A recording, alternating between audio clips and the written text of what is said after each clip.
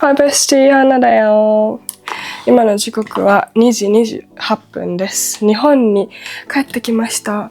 YouTube の更新がね、すごい止まってたんですけど、2月1日から2週間中国の成都っていう四川省っていう場所のある町に行ってました。で、なんか留学してて、ちょっとだけ留学してたの。学校のプロジェクトみたいなのに招待されて、そこで2週間中国語を学んでおりました。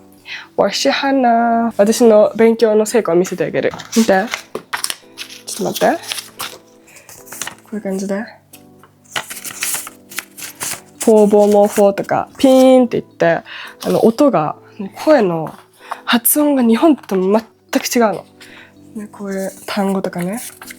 なんかさ、こうやって言語をゼロから学ぶ。ゼロじゃないけど、言語をもうほぼゼロの段階から学ぶって久しぶりすぎて、もう本当に新鮮ですごい楽しかった。私、英語さ、みんなからどうやって喋るんですかとかすごい聞かれるんだけど、全然 100% 喋れないですみたいな感じで、海外の友達とかできて話すとき、大体英語なんだけど、その時の英語って、その英検で習った英語はあんま使ってなくて正直。中学英語とかでいいぐらいな感じ。だから、アドバイスを求められることがたくさんあるんですけど、私そんな英語喋れないです。でも、基礎的な感じで頑張ったら結構いける。私の英語をみんなが、こういう感じみたいな感じで積極的に分かろうとしてくれる子がたくさんいるから、それですごく言語が伸びてるなって感じがする。で、中国語の時も英語の時も思ったんだけど、やっぱり人と話すってことが一番大事だなって思いました。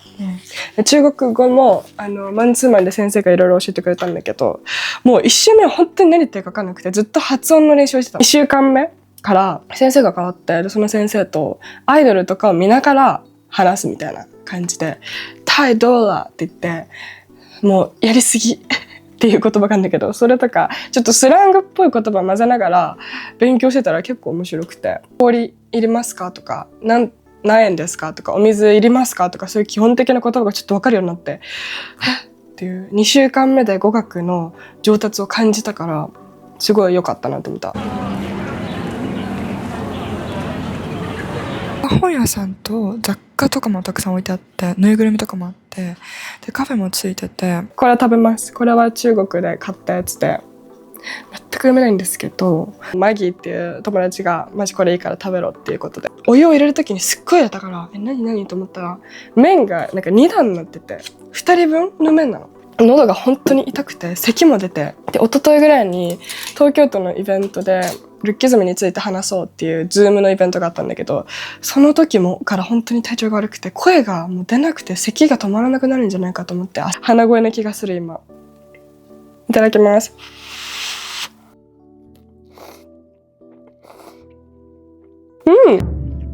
若干辛い。成都っていう場所は辛いものがとにかく有名で、地元の料理とかローカルストリートフードとかが全部辛くて、あんま酸っぱくないね。辛いの方が強いかも。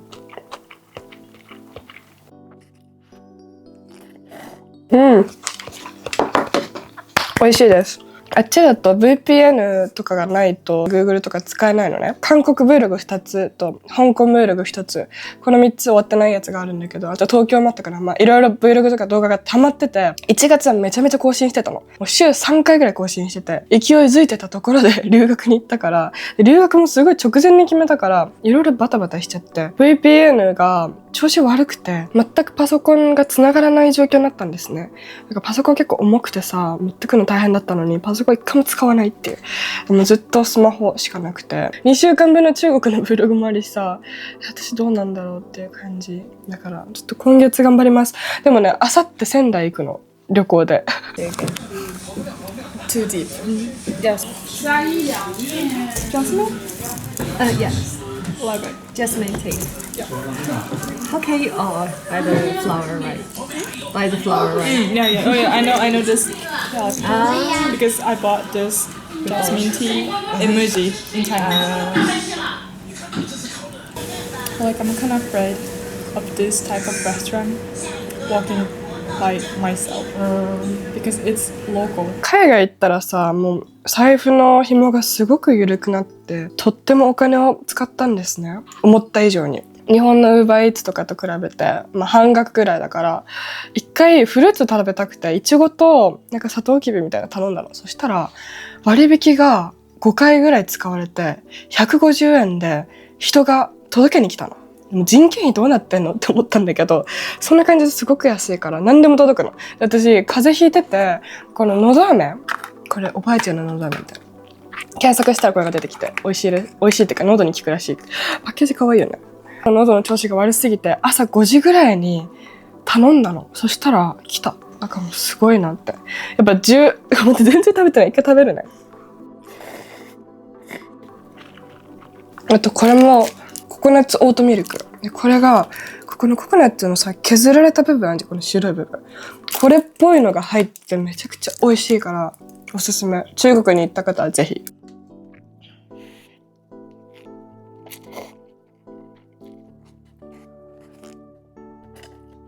私どこかに留学したことがなくて、でアジアの街たくさん旅行してきたけど、留学っていう形が初めてだったの。でホテルじゃなくて寮みたいなところに泊まってたんだけど、そこで日本人の子がいて、その子と私のもう境遇というか全てが違いすぎてすごい面白かった。私は一般的な社会とは別の界隈みたいなところで仕事してる自負があるから、その子は会社員で働いてて、で家庭環境も家族構成も出身も生活も家族との接し方とか仕事の仕方とか考え方とかも全部違ったの。私の友達って結構考え方が似てる子が多かったり、まだ私20歳で学生の子も結構友達に多いのね。だから会社員で勤めててっていう人もあんまりいなくて、私の仕事だとそういう人と接する機会がほぼないのね。その子の話聞いてたら全部が違いすぎてすごい面白かった。アメリカ人とかイタリア人とかフランス人とか、あとロシアの人とかいろいろいた。日本人はあんまりいなかったかな。アジアの子があんまりいなくてヨーロッパ系の人が多かったんだけど、その話とかも聞いてすごい違うなと思うことがあって面白かったし、違う場所に行くってことをしていきたいなと思った。私いるんですけど、やば、ちょっと近くに行こ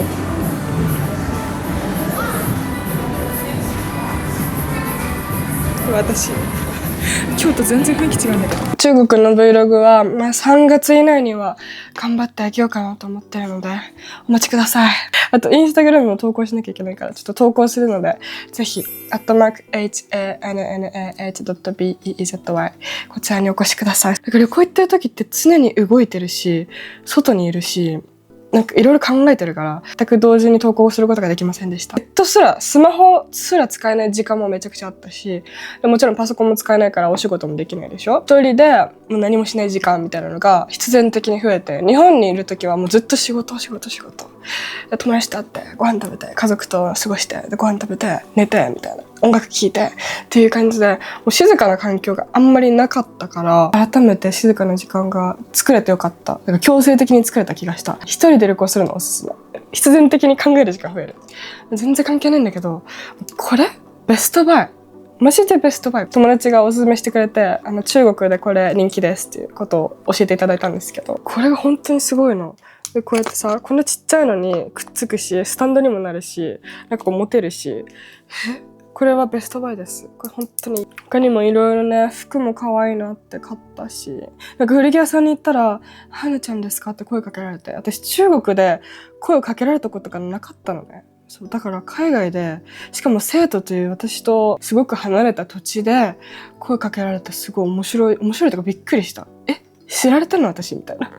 普通にさ、何にも考えずにぼーっと歩いてたっていうか、古着屋さんが可愛いやつがあってそこに行ったら、はなちゃんなんか見てますって言われてすごい嬉しかった。やっぱ海外行くと行動力めっちゃ上がるよね。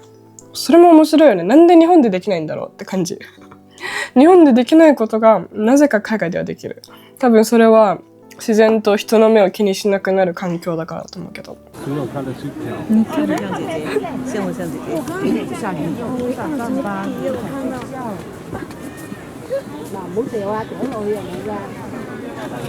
国内の旅行と国外の旅行で、日本の中の旅行もすごい楽しいなと思うんだけど、やっぱ海外の方が数倍刺激が多い。癒しとか求めるなら全然日本もすごい素敵な場所あると思うんだけど、海外ってマジで分かんないことが多すぎるし、自分の常識の範囲外のことが起こりすぎて刺激が多すぎるから、私は旅行に求めるのは癒しよりも刺激だから、そういった意味で海外旅行はすごい好き。あと単純に飛行機好き、飛行機の入った時の匂いとかすごい好き。なんかいい匂いするの。ゲートの中に入ってからすごい広い空間でいろんな人、本当に共通点ゼロみたいな人たちが一つの場所に集まってるんだけど、そこで食べるなんか2000円のラーメンとか美味しい。めっちゃ高い。空港のご飯全部高いよ。なんかシェイクシャックを昨日食べたんだけど、空港のシェイクシャック全然美味しくなくて、シェイクシャックが美味しくないことあるんだってすごいショックだった。あと一風堂もあったんだけど、一皿2000円ぐらいした。買わなかった。近くにあるしなみたいな。私本当計画性が皆無で、頭の中ではこの日に行こうと思ってるんだけど、でもチケット取るのは前日とか前々日とかなの。これ考えられない人には考えられないようなありえないことだと思うんだけど、私も3年4年5年前ぐらいまでは韓国旅行行くだけなのに、半年前から友達と計画してとか可愛いことしてたんだけど、もうなんか慣れちゃって、良くない慣れだと思うこれは。もっと計画性立てたいなと思うんだけど、いつもこういう感じで行動してしまうんですね。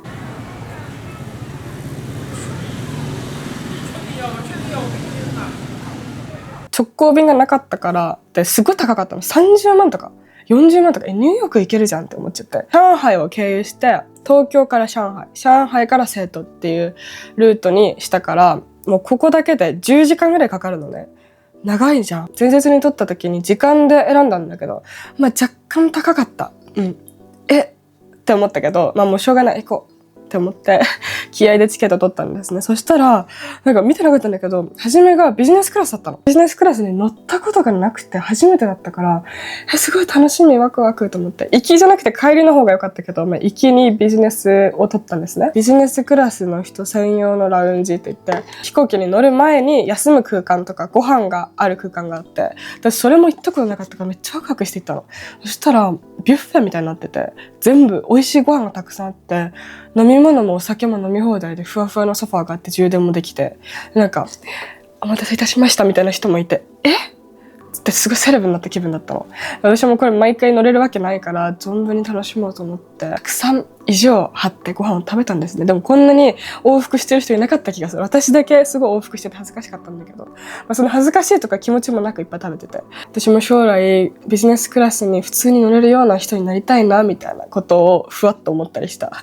でもそこにいる人たちが全員ビジネスマンの大人のおじさま方、40代50代ぐらいの方たちがもう何にもお酒だけ飲んでた。余裕の違いに気づいてしまって、はーってまたなったりして。飛行機あるじゃん。でここの前の10席ぐらいがビジネスクラスで、この後ろがエコノミークラスっていう感じだったの。そのエコノミーの人たちはビジネスクラスを一回通って入るから、なんで私ここに座ってるんだろうみたいな気持ちで俯瞰的な感じになっちゃったんだけど、今回はお越しいただきありがとうございます。全部英語だけど、飲み物こちらです。こちらになります。おしぼりですみたいな、布団ですみたいな、クッションとかもらってもう寝れるみたいな。すごいなーって思ったけど、なんかこういうのに慣れたくないとも思った。慣れることって私結構恐怖感じてて、慣れたら終わりだなって思うから、初心に戻るようなことをちょいちょい挟んでいきたいって思った。まだ食べ終わってないです。喋りすぎポッドキャストも撮ろうかなと思ったんだけど、ちょっと疲れすぎてやる気がなくて撮れませんでした。だからポッドキャストでジャパンポッドキャストアワード2026の特別賞に私選ばれてたんだよ。マジでびっくりした。私受賞者のやつ見たんだけど、もうなんか有名な人たちたくさんいて、オフィシャルみたいな感じ、なんとかなんとかプレゼンツとかサポーテッドバイなんとかみたいな、ちょっと会社の人と一緒に共同でやってるみたいなポッドキャスターが多い中、私だけ謎のイラスト、私が描いた絵に With Tea with Hannah って英語で書いてあって、多分私だけじゃないかなって思って、いっぱいいろんな候補者いたけど、多分私だけが自分一人で部屋の狭いとこで何の脈絡もない話を永遠と話してるんだなって思ってびっくりした。地味に2023年からこの YouTube 始める前からやってるんですけれども、最近は結構いろんなテーマ募集したりとかしてやってるんだけど、もうすごい嬉しかった。聞いてくださってる方がいるんだなって思った。YouTube だけを見てくださってる方もいると思うんですけど、ぜひポッドキャストもお願いします。3月に受賞者発表みたいな、ちょっと詳しくわかんないんだけど、私受賞する可能性あるので見守っていただけるとすごいありがたいです。ありがとうございます。この帽子が本当に可愛いの。これなんかミュージック&ダンスって書いてある。今日メイクしたのにさ、もうキャップかぶってたから何が何だか分かんないなと思って。继续很好很好看。我天哪！我天哪！我天哪！ Oh my god みたいな感じ。あとネイルも買いました。可愛すぎる。ちょっと待って、見えないね。見て、ちょっといつもより長め。中国のネイルもすごい安くて、ベトナムに比べたら高いんだけど、2000円ぐらいでこれができて、すごい嬉しい。アイス。そういえば中国でアイス一回も食べてないかも。かわいい。どら焼き。いただきます。何味なんだろう。待って、すっごい美味しい。アイスとあんことチョコが入ってる。昨日からさ、耳がおかしくて、飛行機の圧で耳がおかしいことになってて治ってないんだけど、なんで？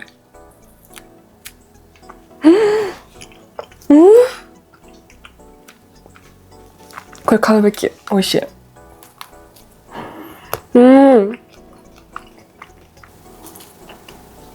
生徒の気温がずっと曇りで、特に1週目は本当に曇ってて雨とかだったの。2週目からちょっと太陽出てきたんだけど、で友達とか先生に聞いてみたら、もう一生この気温ですっていうことをお伝えいただいてみんなのテンション下がっちゃいそうじゃない？なんか天気で結構自分の気分が日々変わるんだけど、今日は曇りだから気分も若干曇りがちなんだけど、生徒の人たちはどうやって対応してんだろう。あと朝がすごく遅くて、太陽が光ってくるのが7時半とかなの、朝の。だから朝からお仕事してる人は暗い時に外に出るから、それもなんかびっくりした。おいしい。顔がむくむと化粧のりが本当に悪くて、多分今化粧しない方が顔漏れると思う。浮いてくるから全部。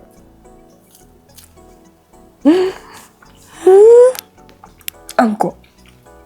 タンエンっていう私の大好きなごまペーストが入ってる餅の団子みたいなやつがあるんだけど、それが本当に美味しくて毎朝食べてたし、めちゃくちゃ安いの。日本ってお餅すごい有名だけど、意外とどこでも食べれるわけじゃないじゃん。売ってなかったりするじゃん。スマホが全然使えないっていう状況がたくさんあって、その時に本にめちゃくちゃ助けられました。今回持ってった本がすごい重くて分厚くて、文庫本でもない普通の新書なの。だからもうちょっとこれミスったなって感じで、バレンシアガのシティバッグを去年買って、もうめちゃくちゃお気に入りなのに1回しか使ってなくて、で今回の旅行に持って行って使ったんだけど、めっちゃちっちゃいのね。でこのちっちゃいのにこれ入れてて、もうこの本のためのバッグみたいになってたぐらいにすごい重いんだけど、これが本当に助けてくれた、私の旅行を。浅井亮先生の In the Mega Church という本でございます。これすっごい今話題で、ついに買って、2025年9月に初版で、2025年12月で5回も刷られてる。すごっ。この本は現代の推し活やファンダム経済をテーマにした本で、孤独や不安を抱える3人の主人公で特定の物語、推しや信仰に没入し、人生を翻弄されていく様子を描く物語です。アイドル運営の男、内向的な大学生、舞台俳優を応援する女、それぞれの視点から物語を必要とする人間性とその功罪を希望にした作品です。ということで、推し活がテーマで、それに関わる3人の人たちの話なんだけど、私はこの中でも大学生の女の子がいて、もうその子にすごい結構感情移入しちゃったんだけど、私自身は今は、推しで言ったらテイラー・スウィフトさんなんですけど、でもそのアイドル的な推しとか、なんかもう神みたいな感じではなくて、結構健康的な推し活をしてる自負はあるんですけど、中高生の時って私がなんで推し活してたかっていうと、暇で時間があったからなのね。で、なんか没入するものが欲しいみたいなことを無意識に思って、そっから推し活とか誰かを応援するみたいなことになってたなって今思えば思うんだけど、私は特に K-POP にすごいハマってて、もちろん BTS、TWICE、これ全員通ります。2005年生まれの女子全員通るんだけど、TWICE と BTS もちろん好きだったし、ストレイキッズとか、ENHYPEN とか、NCT とか、そこら辺の、今も活躍してると思うんですけど、そこら辺のアイドルとか全然めっちゃ好きだったのね。応援してた。もう今ちょっと全然その記憶が一切なくて、誰がどう好きだったかとか、一切覚えてないんだけど、その時、多分3、4ヶ月くらいは、3、4ヶ月 NCT、3、4ヶ月ストレイキッズみたいな感じで推してたと思うんだけど、そのアイドルを好きになってくまでがすっごい早いの。日本のアイドルよりも K-POP の方が、その素材が多すぎて、無料で楽しめるコンテンツが多すぎて、もう一瞬でハマれたのね。でそれがすごい楽しくて、なんか没入してる感じも楽しかったし、オタ活を通してつながる人間関係もすごい面白かったし、私もそのファンダムの構造とかは自分で体験してた身だから、だからこそわかるみたいなところがすごい多かった。MBTI の話とかも出てくるんだけど、MBTI の流行りとか推し文化とか何かに没入する指標が欲しいんじゃないかなって思う。なんか信じる何かが欲しい。なんか解説書ですかみたいな。マーケティングの本かなってぐらい、その構造が結構書かれてて、メタ視点めっちゃ多くないって思う最近。アイドルも恋愛もそうかな。恋愛も美容とかコミュニティとか、我に返ることがないようにいろんなところに依存してるみたいなことも書かれてて、それもすごいハッとした。この前友達関係の話をした時に、オタクの友達ってすごいすぐ繋がれるよねみたいな。話が合うよねって話したんだけど、大学生の女の子がいて、その子は大学では結構浮いてたんだけど、オタ活を始めた時にそのコミュニティで仲良くなる人が増えて、私はその子がすごい元気を取り戻したように見えてて、同じものを信じてる人たちって急激に人間関係が深まるんだなって思った。だから趣味の友達とかオタクの友達とかってすぐ仲良くなるんだと思う。あとは孤独の話もしてて、私は孤独の考えは今だけ頑張ろうっていう気持ちなのね。全力疾走で頑張って、あとは演歌歌手のように余韻で生きてきたいみたいな自分の考え方があって、だから今はここでいくら孤独になってももうどうでもいいみたいな感じで、とりあえず今一旦自分のこと頑張ろうっていう期間を設けてるからこそ孤独に耐えれると思うの。でも孤独の種類ってたくさんあって、私の孤独とは違う種類の孤独もみんなあると思うのね。特に大人になってからの孤独ってこれが永遠に続くんじゃないかっていう不安もあるだろうし、私の感じる気持ちとは違う気がするのね。推しを応援してるというよりか、推しを応援してる自分を信じたいみたいな感じもあるのかなって思った。この本はすごい面白かった。でもなんかすごいハッピーな話ではないから、飛行機で読んでてなんか若干気分が下がっちゃっただから調子いい時に読んだ方がいいと思う。これは。こんにちは。またよくわからない場所に降ろされました。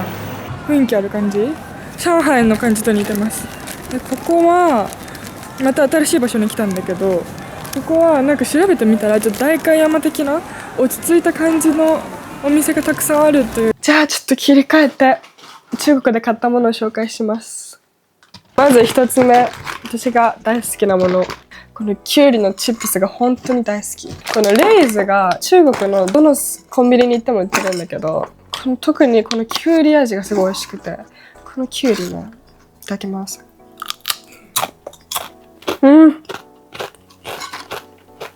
なんか説明するのが難しい味なんだけど、キュウリかって言われたら違う気もするけど美味しい。毎回買ってます。大好き。あとは中国の無印に行ったら日本とは違うのがたくさんあって、これも美味しかった。スパイシーミニクリスピーインスタントヌードル、味がすごい美味しかった。ピリピリした。このマーラ味、マーラタン流行ってますよね。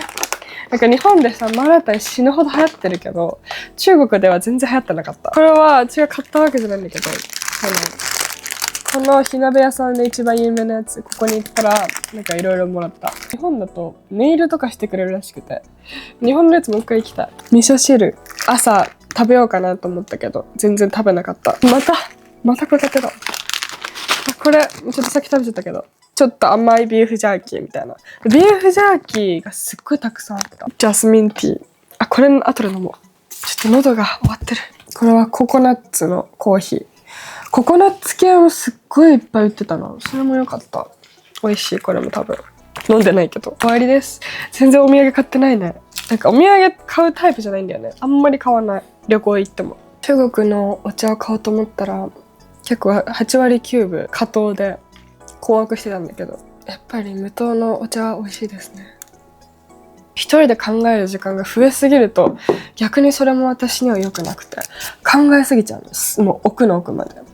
最近ちょっとだるいこととか理解できないこととかみたいなこととかあったんですけど、それと旅行の期間が被っちゃってマジでイライラしちゃって、何なのみたいなとか、事実が少なすぎて今の自分では理解できないところとかでもなんか考えすぎちゃって、もはや妄想みたいな、これだからこうなのかなみたいな、一つの物事起きたことに対してなんか100個ぐらいの理由をねつけられちゃうの。私って本当にそれ嫌だなって思うんだけど、頻発してしまってちょっとやめた方がいいよっていう助言をねいただいたりしたので、考えない時間も大切、自分と向き合う時も大事だけどやりすぎは良くないので、そういう時は友達と会ったりとかご飯食べたりとかして何も考えない、それも大事だと思います。はい、中国の1週目で本当になんか理解できないことが多すぎて、どういうことマジでって思ってたんだけど、2週目は結構安定してた。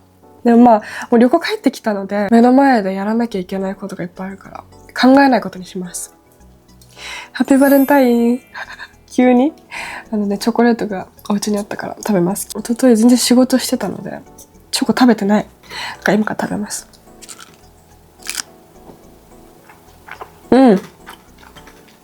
美味しい。甘い。いろいろなおしゃべりに付き合っていただきありがとうございます。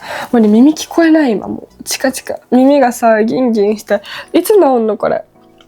今日寝たら治ると思ったんだけど治んなかった。またいろいろ情報を更新しますので、各 SNS ジャパンポッドキャストアワードにノミネートされておりますポッドキャストも聞いてくれたら嬉しいし、あと他 YouTube の通知とかチャンネル登録してない方いるかもしれないので、ぜひ押してください。お願いします。ありがとう、聞いてくれて。花でした。またね。バイバイ。